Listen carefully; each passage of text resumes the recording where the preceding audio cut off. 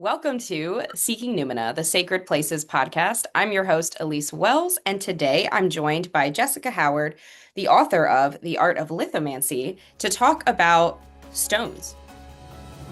Welcome to Seeking Numina. I'm your host, Elise Wells, and I invite you to connect with the sacred wild within and around you through Numina, or sacred sites around the world, and the wisdom they hold. Together, let's remember the old ways, build relationships with land spirits, and dare to reach out to the fairies. The sacred wild is inviting you to dance in the moonlight. Will you answer their call? I think too often we talk about land connection and we picture vistas, we picture views, we picture this mountainside, this riverside.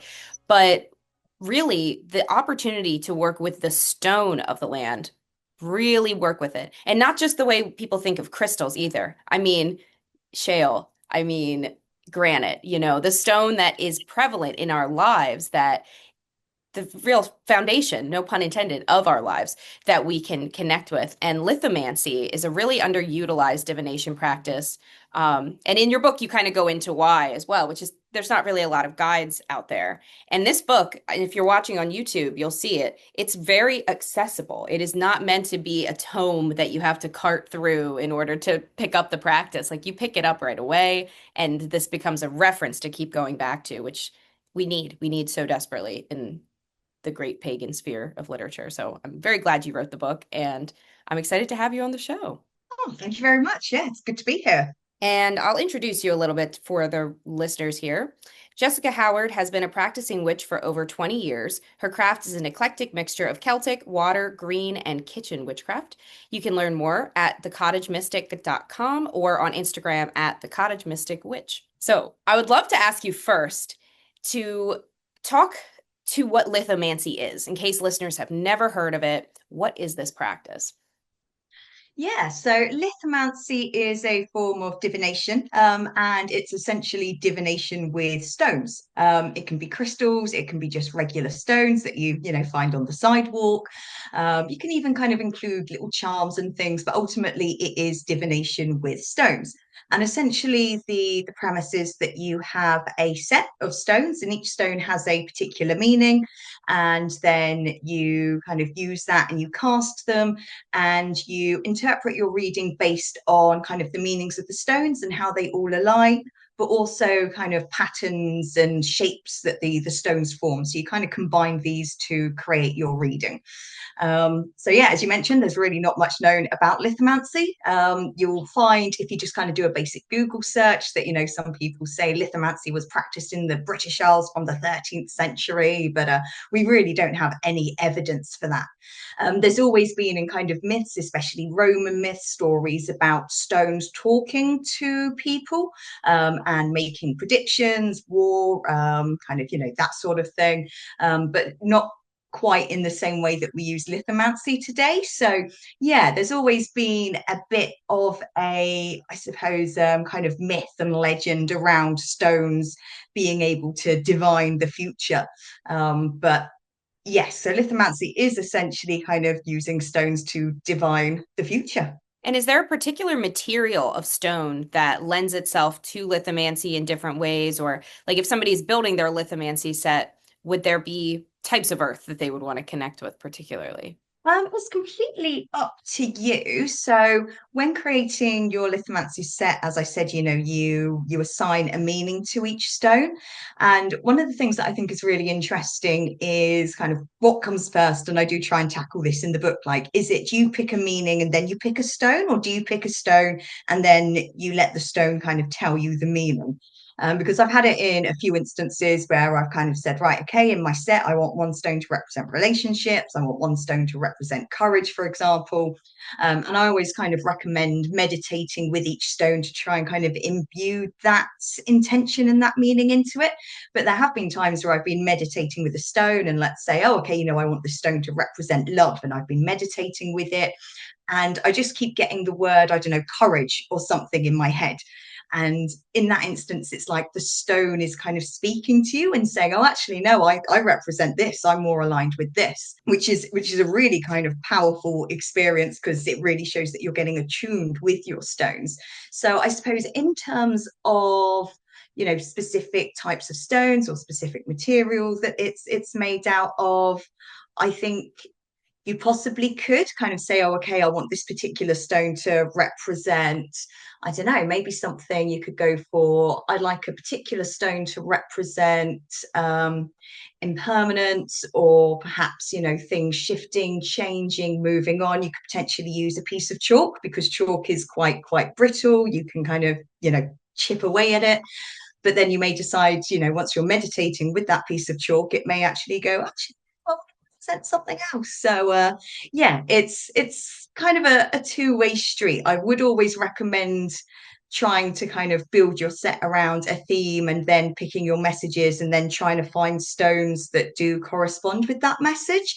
But yeah, the stones can also surprise you. They can actually kind of talk to you, for lack of a better phrasing, and tell you that they want to mean something else. So yeah, it is a very interesting process actually putting together your set and connecting with the stones in that way. When I did my first lithomancy set, it was, I think they're called witch runes, maybe, but when Margot Adler, I believe, writes about them in Drawing Down the Moon.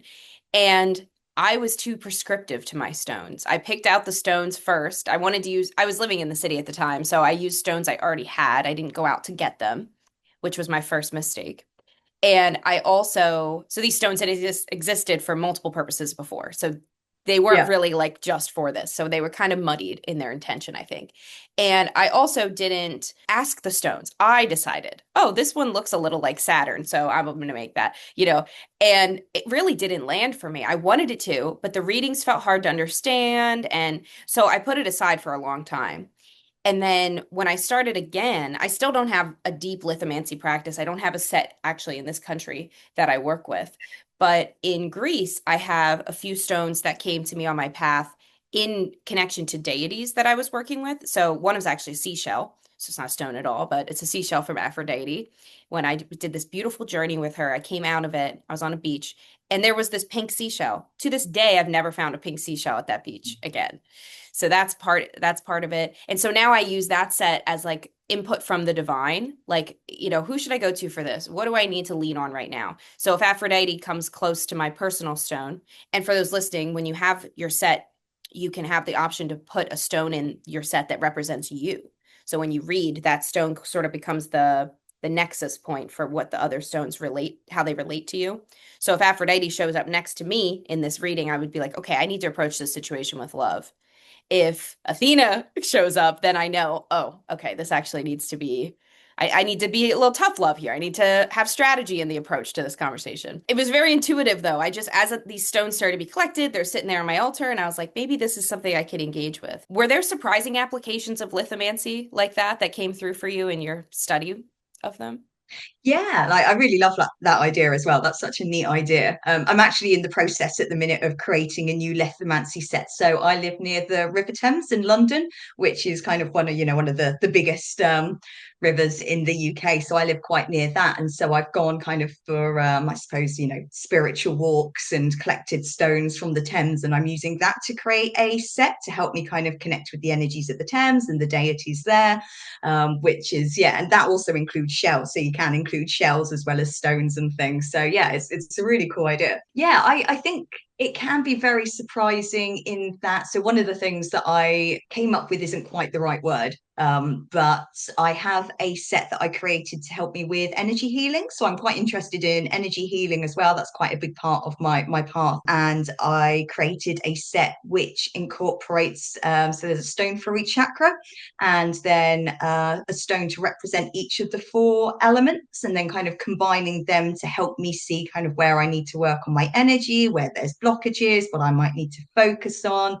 And that was just kind of one of those things that just kind of randomly came to me. You kind of get that flash of inspiration, like, oh, what if I try this? Or what if I try that? But yeah, one of the things that I really like about lithomancy is you can really tailor it to your own personal symbology and kind of, yeah, likes. And so another one of the things that I tried was so tarot decks, you get all sorts of tarot decks. You can get Buffy themed tarot decks, you can get the Office themed tarot decks. So I decided to create, because I'm a massive Tolkien nerd, love Lord of the Rings, Hobbit, like all of that kind of stuff. So Same. Check out my mug. oh, My whole bedroom's Lord of the Rings themed. Like it is a massive, it was my, if there's one spiritual text that I will never not go back to, it is Lord of the Rings. oh, 100%, yes, I am with you on that one. And I will one day actually get through the Silmarillion in one burst rather than having to read it like with months in Yeah. between. But yeah, so I've actually created myself a Lord of the Rings lithomancy set. So each stone is based off of a character, and then drawing on kind of the key traits of that character and using that as the meanings of the stones, Oh, I which was again love just something I've kind of, that. yeah, it was so much fun. And again, like one of the reasons I really love lithomancy is because it is creative, and you can play around with it, you can experiment, you can find what works for you. Like, yeah, so there's been a few things that I suppose when I started on my journey, it was very much a, this is lithomancy, this is how you do it. You've got a set that does this, and each one has a meaning. But kind of with anything, like the more you get to grips with it, like I definitely think within witchcraft, like the way you become advanced is just through practice. It's not as if there's some 100%. sacred, advanced text that you move on to. Like it is just down to practice. And yeah, so the more I've kind of been practicing over the years, and you just, yeah, you start to play around and you have this little fun with it. And yeah, it's been great. Oh, I love that. I literally, one of the phrases I say all the time to myself anyway, and no, and to my husband, WWFD. What would Frodo do? Because to me, he's like, Yeah. people are like, oh, he's flawed. He's exactly, he's us. He's our ability to see how we would handle something like that. And he handles it better than 99.9% of people would, I think, in that situation. And I always look to him that way. And sometimes it's like, okay, what would Gandalf say though? Yes. In between that, and then throw in a little Aragorn, maybe a little Elrond, and we're gonna I get the was going to right say it's place. definitely got a bit of Aragon in there, yes. Yeah. It's funny you said you live near the Thames and you're using stone to connect there. I live near the Susquehanna River when I'm in the US, and she's actually the longest continuously flowing river in the world. She's the oldest Wow. river that hasn't Yeah. ever been dry. And we live right at the end. Like our street, you go directly down about 200 feet, and that's the end of the river where she Oh, enters the wow. Chesapeake Bay. So it's a Yeah. really liminal place. It's very special. And quartz literally comes up out of the ground here. This Oh, whole oh, I'm town, jealous. Yeah. it's unreal. Like you just sit at the beach and there's huge pieces of quartz, just clear quartz, just everywhere. And so I've been thinking about making a set just for the river as well, because, and I think for people that are struggling to connect to land, I think lithomancy is such a perfect tool to do that because it's a conversation. And our work, our spiritual work is often a conversation, but it's a much subtler one. We're waiting for signs, we're looking for omens, we're, you know, going within. But lithomancy is without. And heading out to the river or, your local forest, your local park, something in your landscape. How would you suggest somebody begin that practice? If they're like, you know what, I'm going to use lithomancy to connect to my land. How could they start that journey? Yeah, so it's a really simple process, but kind of a really profound one. But just set your intention. Like say to yourself, I'm going to go for a walk. My intention is to find items to create a lithomancy set. Again, just thinking about the set that I'm putting together at the minute. Like that's what I did. Just kind of, made a bit of a ritual of it, like, did a smoke cleanse and kind of set my intention, and then just got on some nice music and set off down the river. But I think it is all about intention and kind of being present in the moment. And I think that's what I mean. I've realized that I do it constantly. I walk around listening to music and I'm so kind of engrossed in my music that I didn't realize how disconnected I was from the land until I just kind of thought, okay, I'm just going to go for a walk without my music. And yeah, it's amazing how much of a difference just actually being present in that moment can make to that connection that you feel.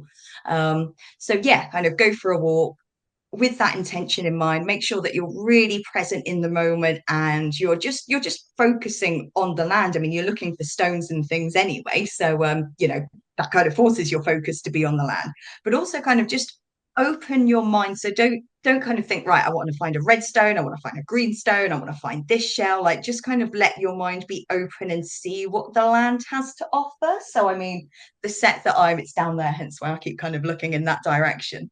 Actually, if I just Yeah, we'd love to see some too. so for example, this bit of twig, like it's just a bit of twig, but it just kind of really cool to me in the moment, so I kind of picked that up. This rock, so this is going to turn into me showing you cool rocks. This rock as well, which I quite like. It's just got quite a weird kind of patterning and interesting shape. And then this one as well was really cool, just looking at the Ooh. stripy pattern. And I know, like, and then yeah, this very kind of shiny quartzy one as well. I Oh don't know if you can yeah. kind of I can see see the the shimmering. glittering. Yeah. Yeah, and then a couple of shells. And yeah, honestly, it kind of takes me back to being a kid. Like I love rock hounding anyway. Like Wales here in the UK is a fantastic place. Their beaches are just full of really cool rocks, especially kind of with the quartz inside. And yeah, so it kind of takes you back to that almost like kind of free childhood-esque where you're going around and you're collecting cool rocks and feathers and sticks and things. It does just really kind of help you see what the land has to offer and just engage with it more, even if you kind of look at something and you think, oh, that's not quite appropriate, but oh, I didn't realize that there was this blackberry bush here and I didn't realize that that was there. And yeah, it really is quite a special experience. I mean, even if at the end of it you come back from your walk and you've only found two stones, it's still just a really great way to help connect with the energies of the land and your own intuition. And yeah, it's just kind of a fun day out as well. Honestly, I think it might even be better to scaffold your set, take a moon cycle, go out every day, every couple days, once in the Absolutely. weekend, and see what comes through and then work with those. Maybe you just get, like, let's say you're building a planetary set, maybe the first day you just find a U stone and the moon. Great. What does the moon mean in your life? Sit with that for a few days. And then when it's time, you'll find the next and the next and the next. And I think that was my mistake when my very first set read that book. I was like, I'm doing this. Went in my crystal bag, because yeah, of course, I've been Yeah. collecting rocks for a million years. And a lot of them were like, when you're a kid and you go to those like sifting, those like mines that fake Yes. mines and Yeah. you sift, a lot of them were like from that. So I had harvested them in my own way as a child, but yeah, they're not gonna be it. I still have that set over there, but not as a set. I decided I literally was like, it's not Yeah. working. Um, do you think a lot of people are probably thinking of runes? They're like, oh, you cast runes. But runes, customarily, they're made of one material. Lithomancy, the benefit is in the diversity of the stones, right? Or the pieces that you use. Yeah, so I think there's several differences in well, I suppose a couple of main differences in the yeah, the you can use whatever you want, you can give them whatever meanings you want. So you might decide that you want to create a set that's specifically for love divination. You might decide you want to create a set which is specifically around your career. You might decide that you just want to create a general reading set. Like you did, you might want to create a set that surrounds deities and those energies. There's the planetary set. Yeah, so I think one of the differences is that you can really kind of customize your sets. It doesn't just have to be kind of general readings, messages. I think another big difference, as well as the type of materials that you use. I mean, just kind of as I said in this one, I've got shells, I've got a coin in here, I've got some sea glass as well that I found, and the twig. So as well as being able to use different materials, I think the one of the main differences between lithomancy and runes is also the way that you read them. So one of the, I suppose, I don't think you do it so much in runes. I personally don't read runes, but having spoken to people that do read runes, like when we've kind of compared how they use runes and I use lithomancy. So you also put quite an emphasis on kind of the patterns that the stones make when they fall. So, for example, a square represents something, a circle represents something, a straight line represents something, a triangular shape represents something else. And you kind of use that in addition to the individual messages of the stones to help build your reading. And I don't think you really do that in runes from what I know about runes. So yeah, there's kind of a couple of core differences there. And it is one of those interesting questions, because you can cast bones, you can cast runes, you can cast you've got your Norse runes and your witches runes. And so, what is the difference with lithomancy? And I do think that, yeah, those are kind of the main differences that define lithomancy from other casting types of divination. Yeah, it's very related, spatially related. Um, whereas, yeah, like you wouldn't, yeah, like tarot, I guess the spread is spatially related in a sense, but you put them in that way, you Yeah. know? I'll show people from the book what a sample spread looks like. I also like how you described that you can toss onto mats. So like you might have Ah, yes. quadrants or since I found that drawing first, like you could have a wheel of the years or months of the year, which I think is different, Yeah. and And I think one of segmenting. my Yeah, I think one of the, especially if you're kind of just starting out, so one of the things that I do have, and I don't have it to hand, but is and kind of very simple to make. I just took like a small plate, put it on top of a piece of paper, traced around the plate, cut that out, and then I created kind of the grid with the quadrants there, and I assigned each one kind of an aspect of life. So one segment is relationships, one segment is career, one segment is challenges, and just kind of filled that out. And then at the beginning of the week, what I usually do every Monday is I'll just kind of grab my general reading set and I'll just actually cast them onto that, and then kind of say, oh, okay, well, the stone that represents relationships has fallen into the career section, so I should really focus on my relationships at work this week. And it's just a really great kind of very easy to read, very kind of quick and straightforward way of getting a snapshot of the week. So yeah, I definitely recommend kind of having a go with that, especially if you're just getting started with lithomancy, because it can feel a bit overwhelming at first, trying to, okay, I've got all these stones, what are their meanings, what about the patterns? That yeah, something like that is just a really good way to start as well. Yeah, it's fantastic. And then the harder option is the spatial awareness. So if you're looking at YouTube, you'll see the example on screen. But this A is you, is your personal stone. So you're basically reading what's closer is going to be more affecting. And then these being next to each other maybe has some impact on each other. So it really you do, like you said, it's an act of connection to your own intuition as well, because no book is going to help you read this if it's your own set that you've made, and like you have to trust yourself with lithomancy and the Yeah, and schools. it's one of the things that I love about it. Again, kind of going back to that, there's so little information out there that means you really can just kind of play around with it and make it your own without, worrying, oh, am I doing the wrong thing? But, I read this book and it says that, I should do this, but that doesn't feel right to me. And yeah, it's definitely one of the reasons that I like it. And even kind of, I can think of a few times where I've done a reading and a pattern's come up that I've never seen before, and it's just like, oh, okay, actually, like this feels like this is a visual split between my subconscious and my external world. And yeah, so there's always something slightly different every time you read it, that yeah, it really does kind of help you employ your intuition and just connect with that a bit more as well. That yeah, even I could write a whole book and next week still come up with something absolutely new that I've never seen before in a reading. And yeah, it's a lot of fun. It's very rewarding. If somebody is hesitant or looking to get started and, maybe I guess what would be your piece of advice on why they should engage in lithomancy? They want to, but they're like, I don't know, maybe it's not for me. How do you sell them on it? Oh God, yeah, speak for hours on that. So we'll try and condense it. Yeah, as I said, some of these I've already covered, but yeah, the fact that you can really personalize it and make it your own. You get to make your own set. You can make it as big as you want, as small as you want. You can theme it around any particular, aspects such as relationships, or you can just do a general reading set.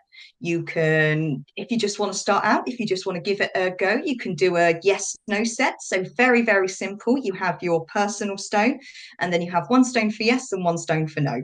And you can just cast that and use yes and no questions. So again, really easy way to kind of get started, and you can build your way up from there. If you don't want to create your own set, if that feels a bit daunting to you, then there are predetermined sets out there. So there's the planetary correspondences one, which I do list in the book and is quite well known. There's also some others that I kind of list in the book. You can have online, look online. People have already kind of built sets that you can follow. It's creative. You can decorate the stones however you want. You can draw things on them. You can paint them. It's fun. You get to go out and actually kind of find these stones and, make a bit of an experience of it. It's cheap as well. You don't have to spend, 30-40 quid on a pre-made deck. You can literally just grab stones from your garden, which also makes it really kind of accessible to just play around with and say, oh, okay, well, actually this stone works, but this stone doesn't. So I'm going to get rid of this stone and I'm going to try something else. So yeah, I would say that if you're the sort of person that struggles with kind of traditional divination practices, you find them a bit too restrictive or prescriptive and you don't really kind of gel with them, or that you're a really creative person and you really want to build something that's kind of personal to you and your own symbology, then yeah, lithomancy is definitely for you. Thank you. Tell listeners where they can find your book, The Art of Lithomancy, and you and all your upcoming things. Oh, okay. So yes, the book is it's a Pagan Portals book, so you can find it on the Collective Ink website, or it's stocked in Amazon, Waterstone, those sorts of things. So yeah, just kind of have a search for it on some, the usual suspects when it comes to buying books. Otherwise, so I think we mentioned at the beginning, I've got my website, www.thecottagemystic.com, and then my Instagram handle as well, which is the Cottage Mystic Witch. I usually get the two confused, but yeah, that's the right way around. I am on Blue Sky as well. I'm just Jess Howard Writer on Blue Sky, but to be honest, I don't update Blue Sky that often. I am most kind of active on Instagram and on the website. But yeah, do come give me a follow. I like to follow people back. I really enjoy kind of the community that social media can bring. So, I'm always happy to answer questions or kind of, help anybody wherever they need. So yeah, also always love an excuse to talk lithomancy. So if you do ever have any questions about lithomancy or anything, then do feel free to just like drop me a message on Instagram or something. And yeah, always happy to talk about it. Well, thank you. Thank you for being here. We'll put all those links in the show notes as well. And I really hope that more people are empowered to dive into lithomancy because it's a really important art that has been around as long as humans have, I think. We've always been talking to the stones, and this brings back that ancient lineage in a way when we do that ourselves. Thank you for seeking Numina with me today. Join me at patreon.com/Elise Wells to support this show and get access to a library of rituals, exclusive videos, meditations, and more. To learn more about my upcoming retreats, book a tarot reading, or learn with me in workshops, classes, or mentorship, visit seekingnumina.com.